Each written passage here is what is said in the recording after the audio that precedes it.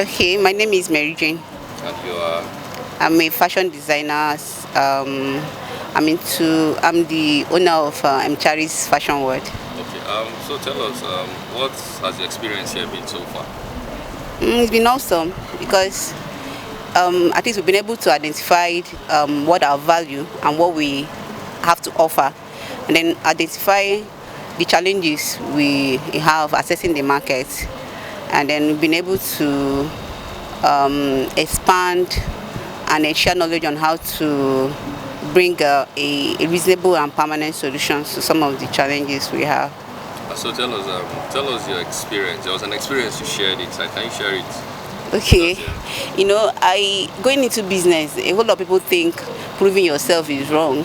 Sometimes it's not wrong. There's a whole market, but you need to make sure that you need to be able to market yourself in a way that people will believe and see that you have what to offer. You're not just saying it, right? You need to be able to prove that this thing you said you can actually deliver. I remember when I finished my learning, even while I was even learning, I needed to keep practicing, and because sewing it's not just sewing. You need to learn how to keep sewing and practicing, and then be able to the more time you spend in it, the more better your skills are in it. So I remember when I was in the process, trying to convince people to patronize me was a challenge. I have to go extra mile to make them believe that I can actually deliver when it comes to what I said I can do. And then I remember a friend of mine, then I was like, okay, I first of all looked at the things she wear, and I found out that I can actually do better than the designer she's already using. But I can't just say it to her and not being able to prove it. So and I was like, okay, why not try me? She's like, I can't give you my dress. These dresses, I bought them expensive and all that. But okay, I made an effort and used a little money with me and buy something, and buy a material and make something I know that if I wear it, people will ask me who made this. And then that was how I was able to do that dress. And then she saw it, I was like, wow, this is fine. Who made this? I said, I did.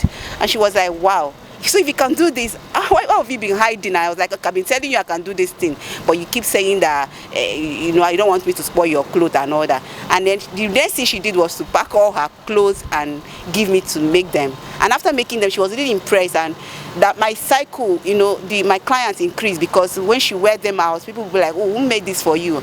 And she was like, I'm the one who did this. And somehow my clients keep increasing, because when you make, your talents will actually speak for you. So when I made these things and then people see them, they want to, good work, they hide, you get. So as I keep improving and I didn't put the money first as I was doing this, because I made those clothes free for her. I didn't even collect a dime, and she didn't even pay me anything. But I was even happy that she could trust me to even give me those materials to sell. But I tell you, the money I made afterwards was actually something I can't even mention, because it grew my market space, and people tend to, have confidence in my work and patronize me more. What do you think are some of the challenges in assessing this market for persons with disability? Okay, I think sometimes, materials to get supplies and the market itself. If we don't have the system we operate in this country, you have to go to market to get most of the things you need. And especially when it comes to me as a tailor, you need to go to market to get your color, the color of the thread, the materials you're going to use for your sewing. And there's no access to it. Imagine if I was on wheelchair or a wheelchair user. I can't access this market because I had the way they were built. And there's no online market to actually meet my needs without me having any problem or any hinge going around it. So I think the location and this making market to be a market structure, not a space. I think market should go further from being a structure to a space that one can actually, like online, one can actually go there. Anybody can go there and make demands, and do whatever you need to be delivered to you without you having to stress, go extra mile to get all these things.